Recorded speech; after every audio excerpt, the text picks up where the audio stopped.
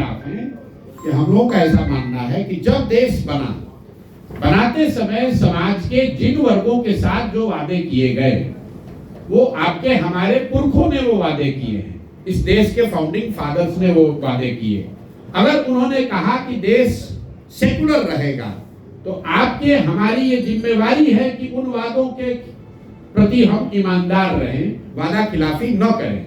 अगर संविधान में जो बात कही गई है उसमें कोई परिवर्तन आप लाना चाहते हैं तो जिस वर्ग को वो परिवर्तन प्रभावित करेगा उस वर्ग को जब तक आप कॉन्फिडेंस में नहीं लेंगे तब तक वो मान्य नहीं होगा। आप मुसलमानों की बात छोड़िए, किसानों के लिए मोदी जी ने एक कानून बनाया, किसान उससे सहमत नहीं हुए तो क्या पूरे देश में उसका विरोध नहीं हुआ?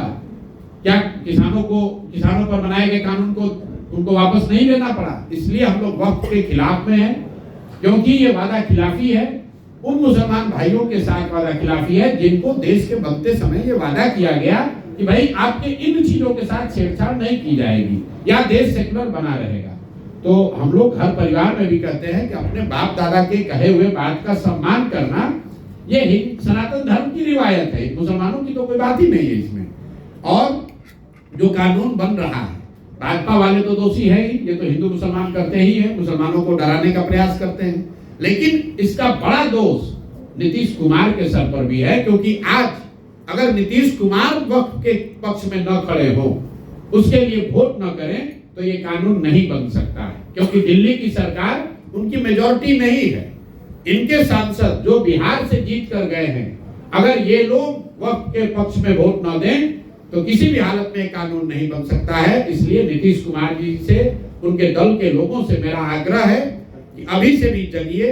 अगर आप जेपी और लोहिया की बात करते हैं, गांधी का चित्र लगाकर राजनीति करने का दावा करते हैं, तो गांधी के बताए हुए मार्ग पर चलिए, गलत बात मत कीजिए, वादा खिलाफी मत कीजिए।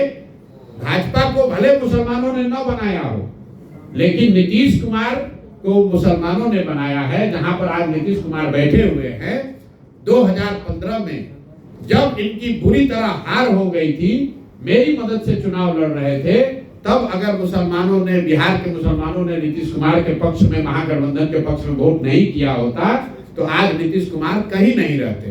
तो जिन मुसलमानों ने आपके लिए लाठी खाई, लाइन में लगे, आपको मुख्यमंत्री बनाया, भाजपा के खिलाफ लड़ाई में आपकी मदद की, उनके खिलाफ इस तरह का कानून बनने में आप सहयोग न करें, ऐसा मेरा आपसे आग्रह है। और सारे जो मुस्लिम साथी आज जदयू से जुड़े हुए हैं, उनसे मैं कहूंगा कि आप लोग अभी से भी मुख्यमंत्री को लिख कर दीजिए कि वो वक्फ के पक्ष में मतदान न करें, और अगर वो करेंगे तो सारे मुस्लिम साथियों को जदयू छोड़ देना चाहिए, ताकि नीतीश कुमार को भी सबक मिले कि अगर वो वादा खिलाफी करेंगे, पीठ में छुरा घोंपेंगे, तो उस समाज का कोई आदमी उनके साथ खड़ा नहीं होगा, चाहे वो मुसलमान हो या बिहार का युवा हो।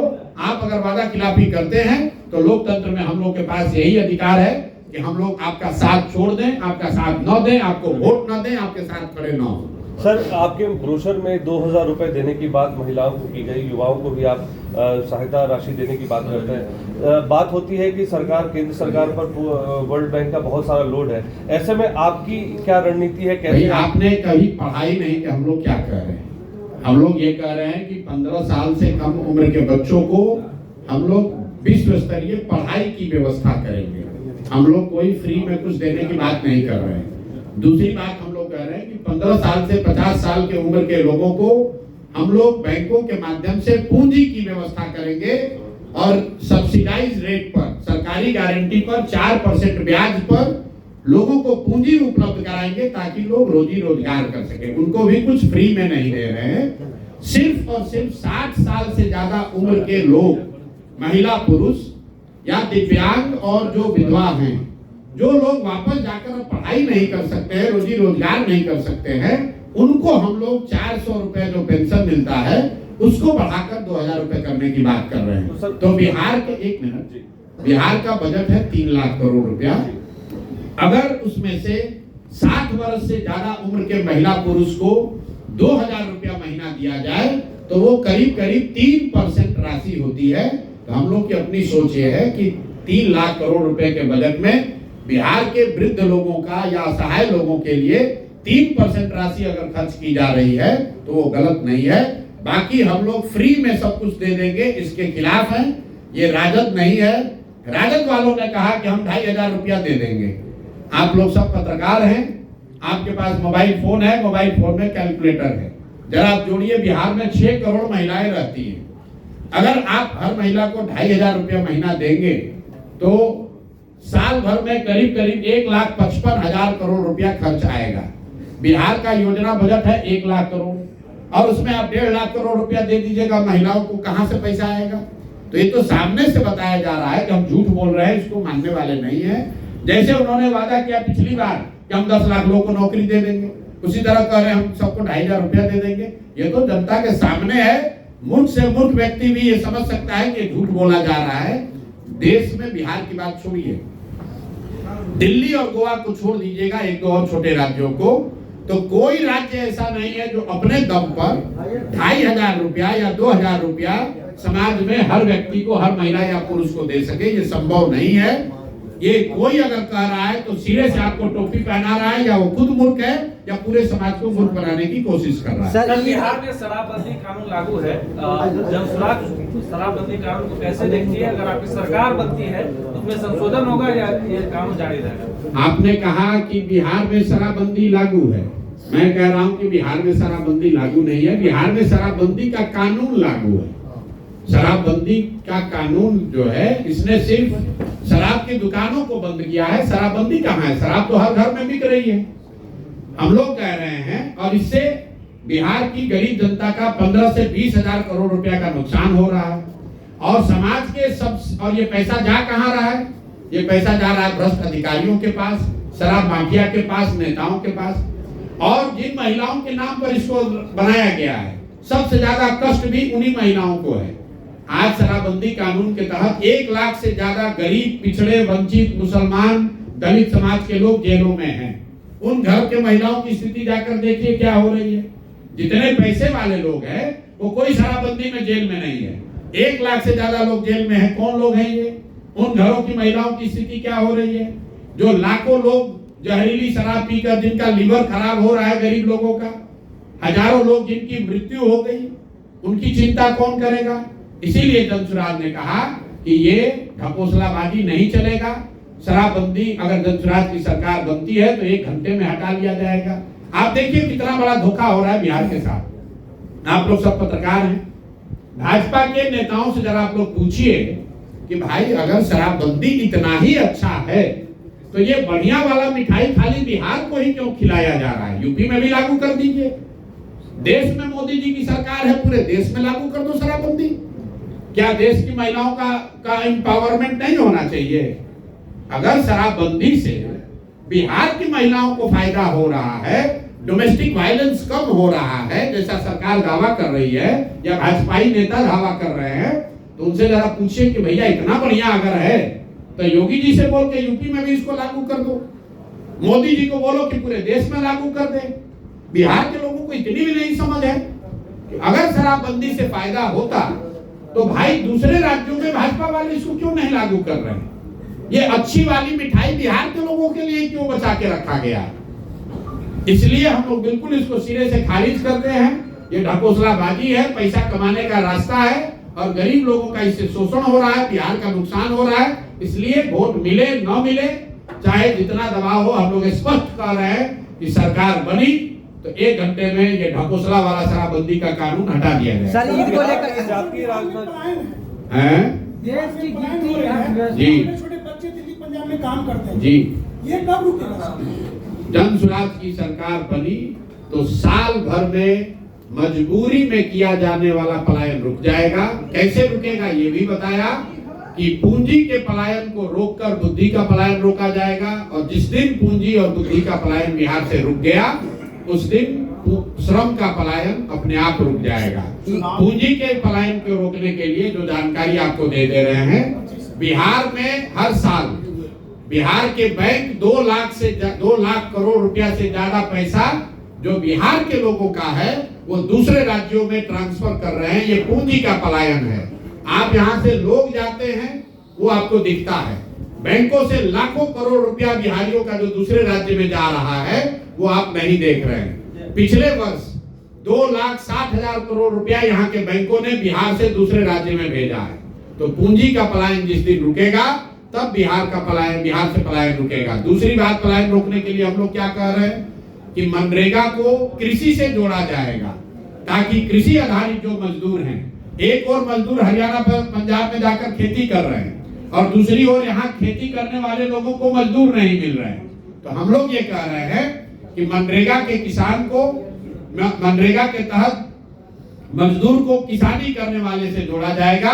आप देख रहे हैं कि बिहार में मखाने की खेती हो रही है, उसमें मजदूरों की बहुत बड़ी संख्या की जरूरत है। तो जो भी किसान धान गेहूं की खेती छोड़कर नगदी फसल की खेती करेगा, प्याज उगाएगा, आलू उगाएगा, लहसुन उगाएगा, मखाना उगाएगा, मसाला उगाएगा, उसको मनरेगा के तहत मुफ्त मजदूर दिए जाएंगे, ताकि यहाँ से कृषि आधारित मजदूरों का पलायन रुके।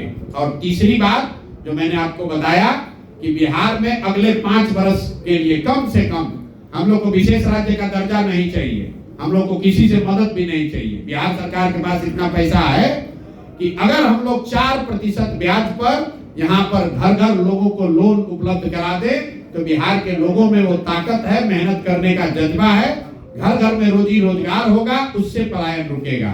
तो ये 3 चीज बता रहे हैं, बैंकों के द्वारा किया जाने वाला पूंजी का पलायन रोकना, दूसरी बात मनरेगा को कृषि से जोड़ना, और तीसरी बात बिहार में रोजगार करने के लिए 4% सालाना ब्याज पर सरकारी गारंटी पर लोन मुहैया कराना, ताकि घर घर में रोजी रोजगार हो सके, तभी बिहार में पलायन रुकेगा। सर, ईद को लेकर सौगाते मोदी को कैसे देखते हैं सर आप? चुनाव के दौरान अदर पार्टियों से राजनीतिक दल के लोग स्वराज में भी आ रहे हैं और अन्य पार्टी में जा रहे हैं। जो आपके पास जो स्वराज में जो अन्य दलों से जो आ रहे हैं, उसमें कई दागी लोग भी हैं जो स्वराज में भी इन कर चुके, वहाँ के अपने कार्यकर्ता शो कर रहे हैं। इस तरह के नेता कार्रवाई करेंगे। शुरू से ये बात बताई गई, इस पर बहुत चर्चा हुई है कि क्या जनसुराज में दूसरे दलों में रहे हुए लोगों को आने देना चाहिए या नहीं। हम लोगों ने इस पर चर्चा के बाद जो निर्णय लिया कि भाई किसी भी दूसरे दल में रहे हुए व्यक्ति को आने से रोकने का मतलब नहीं है, क्योंकि जैसे वोटर के तौर पर आपके पास विकल्प नहीं था तो भी आप गलत आदमी को वोट दे रहे थे। संभव है कि बहुत सारे राजनीतिक कार्यकर्ता विकल्प न होने की वजह से किसी न किसी दल में थे, आज वो जनसुराज में आ रहे हैं। आपने कहा कि इनको क्या, आपको ये जरूर बताना चाहिए कि अगर कोई दागी व्यक्ति, शराब माफिया, बालू माफिया, क्रिमिनल, अगर उसको जनसुराज में कोई जिम्मेवारी मिली है तो जरूर आप बताइए।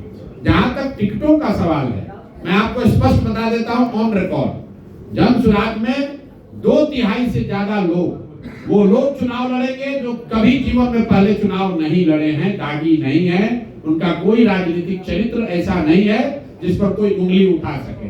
कुछ लोग अपवाद के तौर पर ऐसे चुनाव लड़ सकते हैं जो पहले राजनीति में सक्रिय रहे या चुनाव लड़े, लेकिन उनकी संख्या बहुत कम होगी और उनमें भी उन्हीं लोगों को अवसर दिया जाएगा जिनके चरित्र पर कोई बड़ा दाग न हो। चाहे आप कोई व्यवस्था बनाइए, उसमें यह संभव है कि 2-4 लोग गलत आ सकते हैं, लेकिन आज की जो व्यवस्था है जिसमें ज्यादातर गलत लोग हैं, उसमें 2-4 अच्छे लोग आ भी जाते हैं तो कुछ अच्छा नहीं कर पाते हैं। तो जनसुराज की सोच ये है कि इतने अच्छे लोग जरूर रहे जनसुराज में कि अगर कोई गलत आ भी जाए तो गलत न कर पाए। देश की गिरती अर्थव्यवस्था पर क्या कहना चाहेंगे सर? सर, ओवैसी को आप किस रूप में देखते हैं बिहार में? किसको?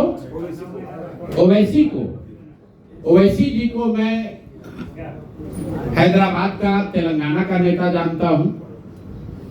पिछले बार उनकी पार्टी ने 4 सीट ली थी सीमांचल में। भाई जब देखिए, मैं बार बार आपको कहता हूं, बिहार के एक बड़े तबके में राजद, जदयू, भाजपा, कांग्रेस से बाहर अलग कोई नए विकल्प की चाहत है। चाहे वो जदयू का समर्थक है, राजद का समर्थक है, भाजपा का समर्थक है, सबके मन में ये बात है कि बिहार में बदलाव होना चाहिए, कुछ नया विकल्प आना चाहिए। वो विकल्प जनसुराज है कि नहीं है, इस पर बहस हो सकती है, लेकिन लोग बदलाव चाहते हैं, नया विकल्प चाहते हैं। ये तो पत्रकार के तौर पर आप भी स्वीकार करेंगे। उसी के तहत पिछली बार बिहार के कुछ क्षेत्रों में ओवैसी साहब लड़ते हुए वो विकल्प के तौर पर दिखे, तो कुछ जगहों पर उनके उम्मीदवारों को वोट मिला, लोकतंत्र है, सबको चुनाव लड़ने का हक है, ओवैसी साहब को भी लड़ने का हक है। देश की जितनी आपकी पार्टी से अगर गठबंधन होती है तो क्या उसमें आप सहमत होंगे? ओबीसी की अगर आपकी पार्टी जब मैंने आपको कह दिया कि गठबंधन हो ही नहीं सकता है, तो 243 सीट है, इसके बाहर कोई गठबंधन होता हो तैयार है तो उससे बात की जाए। क्या चिराग अगर आपके साथ आते हैं तो क्या उनके साथ? अरे भाई, दुनिया में कोई आ जाए, चिराग आए, दीपक आए, लालटेन आए, हाथ आए, कोई सवाल नहीं है। कितनी बार कहें? वो आपको अपना दोस्त, अच्छा मित्र बताते दोस्त मेरे बहुत लोग दोस्त हैं, चिराग मेरे दोस्त हैं, सुलझे हुए व्यक्ति हैं, अच्छे व्यक्ति हैं, देश की युवा नेता हैं, बिहार में जात पात से ऊपर उठकर विकास की बात कर रहे हैं, लेकिन उनकी राजनीति अलग है। वो भाजपा के साथ राजनीति करते हैं, हमारी राजनीति अलग है। कुणाल कामरा कंट्रोवर्सी पे आप कुछ बोलना चाहिएगा, जैसे महाराष्ट्र में जाके है। देखिए, कुणाल कामरा जो हैं वो भी मेरे दोस्त हैं और विदूषक हैं, स्टैंडिंग कॉमेडियन जिसको कहते हैं, स्टैंड अप कॉमेडियन जिसको आप कहते हैं। कुछ बात उन्होंने कही है जिसको लेकर कंट्रोवर्सी हुई है। अब जो बात उन्होंने कही है उसकी जांच होने दीजिए, लेकिन जहां तक मैं उस व्यक्ति के बारे में जानता हूं, उनका कोई अल्टीरियर मोटिव नहीं है। वो आदमी, जो लोग ये समझ रहे हैं कि राजनीति करेगा, वो आदमी राजनीति नहीं करेगा। वो आदमी रहता है पुडुचेरी में और वहां पर ऑर्गेनिक फार्मिंग का काम करते हैं, साथ में कुछ ये स्टैंड अप कॉमेडियन का भी काम करते हैं। उस आदमी के दिल में कोई राजनीतिक विद्वेष वाली बात नहीं है। ये लोग देश को प्यार करने वाले लोग हैं। शब्दों के चयन में कुछ गलती हो सकती है, आप उससे सहमत असहमत हो सकते हैं। अगर उन्होंने शब्दों के चयन में कोई गलती की है तो जो यहाँ का कानून है उसके अनुरूप उन पर कार्रवाई होनी चाहिए, लेकिन वो व्यक्ति देश के या देश के संविधान के प्रति श्रद्धा रखने वाले लोग हैं, इतना तो मैं कह सकता हूँ। सर, सपा सांसद ने एक राज्यसभा में सर सीमांचल के इलाके में और सीमांचल में शिक्षा, भ्रष्टाचार ये तो मुद्दा है ही, लेकिन चुनाव आते ही कुछ और मुद्दा हो जाता है, घुसपैठ पे चर्चा होती है, लव जिहाद पे चर्चा। अरे भाई, ये अमित शाह आएंगे तो इसके अलावा क्या बात करेंगे? सीमांचल में क्या होगा? चंपारण में भी जाकर यही बात करेंगे, यूपी कुशीनगर में भी जाकर यही बात करेंगे, बंगाल जाएंगे तो यही बात करेंगे। मोदी जी ने जो भाषण राजस्थान में दिया वो सीमांचल में आकर थोड़ी न दिया था। क्या आपका भैंस चोरी हो जाएगा? क्या लगता है, ये मुद्दा है या नहीं है? ये घुसपैठ। भाई देखिए, राजनीति में मुद्दा हो या ना हो, उसको मुद्दा आदमी बनाता है। अब लालू जी आएंगे तो वो भी मुद्दा बनाएंगे, तभी तो मुसलमान डरेगा, तभी तो उनको वोट देगा। जब आपने काम नहीं किया, सीमांचल की इतनी बड़ी मुसलमानों की आबादी लालू जी को, कांग्रेस को वोट देती रही है और उनके बच्चों का कुछ भला नहीं हुआ, तो अब आकर आप क्या कहिएगा? कोई ना कोई कहानी बताइएगा, उनको डराइएगा, उनको बताइएगा कि भाजपा वाले आके तुमको भगाने वाले हैं। भाई, किसी से डरने की जरूरत नहीं है। देश का संविधान है, हर नागरिक को अधिकार है और कोई किसी को डरा नहीं सकता है। हर व्यक्ति को अपने बच्चों के भविष्य के लिए जो सही लगे उसको चुनना चाहिए, उसको आगे वोट देना चाहिए, उसके साथ खड़ा होना चाहिए। बहुत बहुत धन्यवाद भैया, हो गया।